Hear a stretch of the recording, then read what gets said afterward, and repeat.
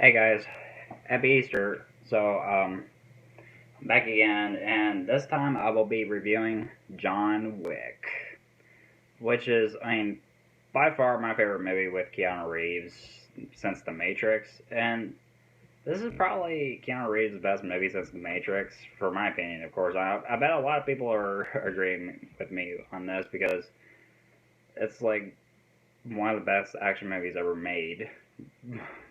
Well, for me at least. Um, so if any of y'all who are new to like John Wick, I'll just get on with the plot and what goes on.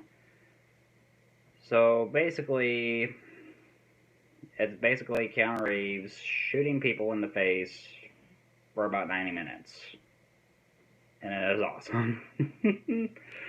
and at first, when I heard about this movie and I saw trailers for it, I watched the first few minutes of it. Before I got really into it, I was like, this movie, I don't know about it. This movie's gonna suck. I will not watch it. I was very wrong. This is like one of the best action movies I've ever seen since Die Hard. But, I mean, it's not. It's really rare for a movie to be named after the main character. Unless it's like a well-known character like Batman or Iron Man or some historical figure like Lincoln. You name your movie Lincoln. It's about Abraham Lincoln. Okay, you name your movie John Wick. It was John Wick. No idea. I know now. He is one of the most feared and respected hitmen ever, and what he does best is shoot people in the face. I had a lot of fun with this movie. It's just so amazing. To have uh, a movie that, like, I don't know if this movie or the second movie at least had, like, broke the record for most headshots on film. If not, I just want to know which one did or what movie did because there's a lot of him shooting people in the face. So, so in the first movie, it starts off with John Wick after he's retired from his life as a hitman. So, well, before he retired, um, he well, he fell in love with a woman and decided that this is probably not the best career path if he wants to like settle down and get married, have a family, and all that.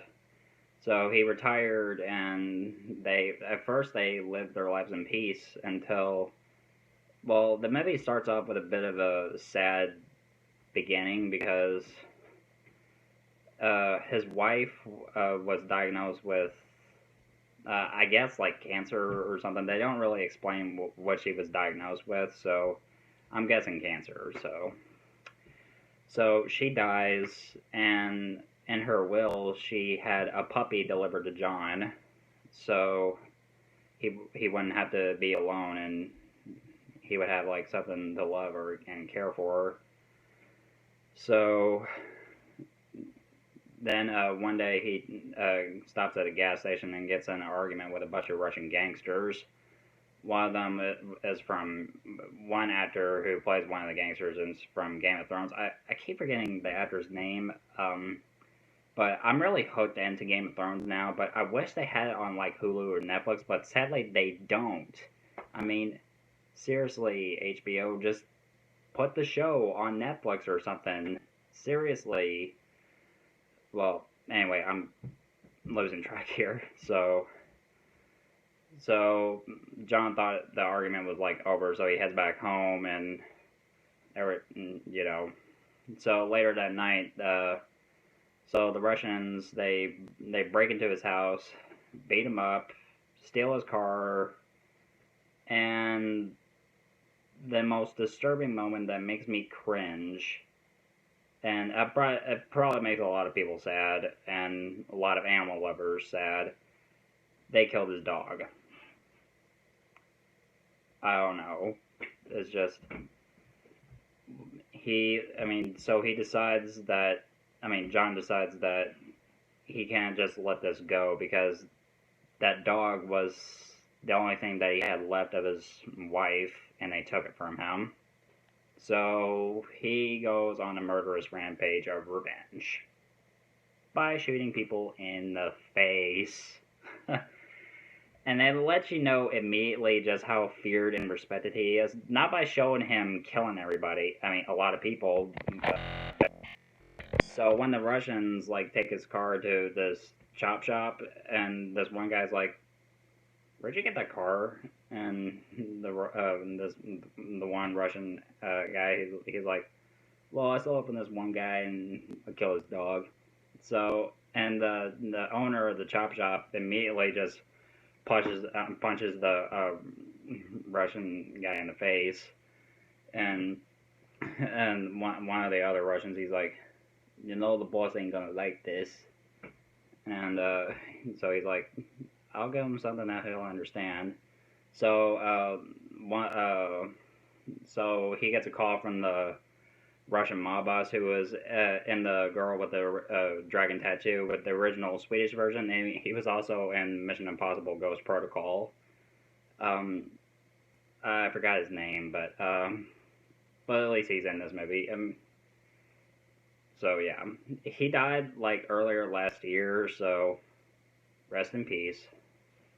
So yeah, the Russian guy's dad, he's like, so I heard you decided to punch my son in the face, and the Chop Chop's owner's like, yes, I did. And he's like, would you mind telling me why? And without even flinching or just stuttering, he's like, well, your son, he stole John Wick's car and killed his dog. And all the anger from the mob boss's face just completely obliterates. He's like, it's just replaced with a little bit of shock and a hint of fear, and he's like, oh. And it makes me laugh to this day. And right when I like the story that he tells his son, right when he's like, it's not what you did, son, that angers me so. It's who you did it to. And the Russian guy's like, who, the fucking nobody? And he's like, that fucking nobody is John Wick. And so he explains, I mean, his origins, and they gave him the nickname Baba Yaga, which is Russian for the boogeyman. And then he's like, well, John wasn't exactly the boogeyman. He was the one you sent to kill the fucking boogeyman. And John, I mean, he explains that John is like a man of focus, commitment, and sheer will. And I like the part when he's like, I once saw him kill 3 men in a bar with a pencil. With a fucking pencil.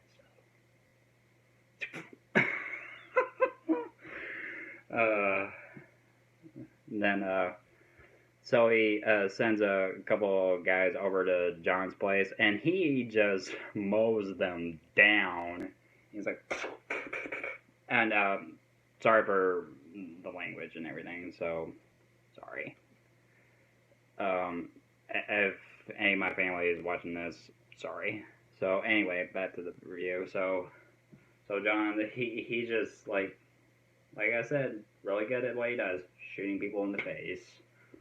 So when he runs out of rounds, I mean, this one guy attacks him with a knife, and he just incapacitates him, and he just dug the blade like deeper into his chest. So that's like what the rest of the movie's like. I mean, like I said, him just like going on a murderous rampage. Keanu Reeves is like really great. The stunt work that they did in this movie, that is to be praised, because most of it is so choreographed and everything like that. And I mostly like the that they set up this world. I mean, because John Wick is like more than just a solid everyday action movie that you would see. Like I said, it's not just about a guy who like shoots people in the face, because it's much more than that, because you see that there's this world of crime. Like that, I mean, you see that there's the Continental, and I like how it's like, even though like I mean, all the people there are like trained killers, they somehow have a sense of professionalism because they have a code. Because, like I said, I mean, no, I didn't say it. They have like certain rules and everything like that. It's even explored like later in the next movie. So they one of the rules is like no business on continental ground. So if you kill somebody in the continental, you die. So it's further. I mean, the rules are furthermore explained in the second movie, and I love everything about John Wick. It's just so amazing, and uh, yeah, and you understand the motivations of the character. At least in the first movie, you do. But I'll get more into the second movie for my next review. I'll do that in a few minutes after I get done with this one, of course. So, so I'll get what happens at the end and spoilers. I mean, as for I know I said I do know spoilers. Um, I should have mentioned that, not only because of movies that are out in theaters right now. So, if any of you who've seen John Wick, all right, just stay. Any of you who haven't seen John Wick, you can just like click out of this video and just like I said, if any of you haven't seen John Wick, just what are you waiting for? Watch the movie. It's definitely worth your time, and especially the second movie.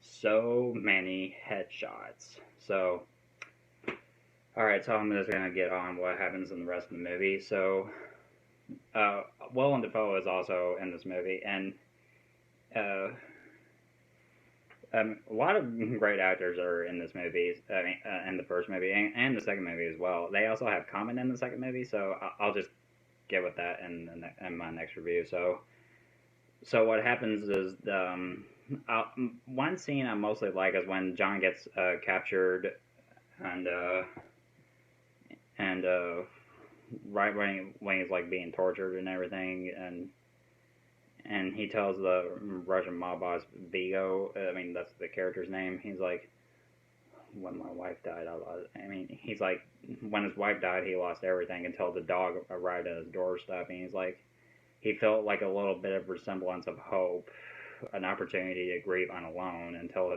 his son took that from him.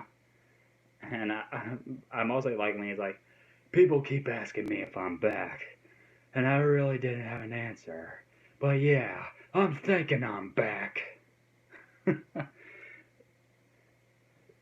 It's just, you gotta love it.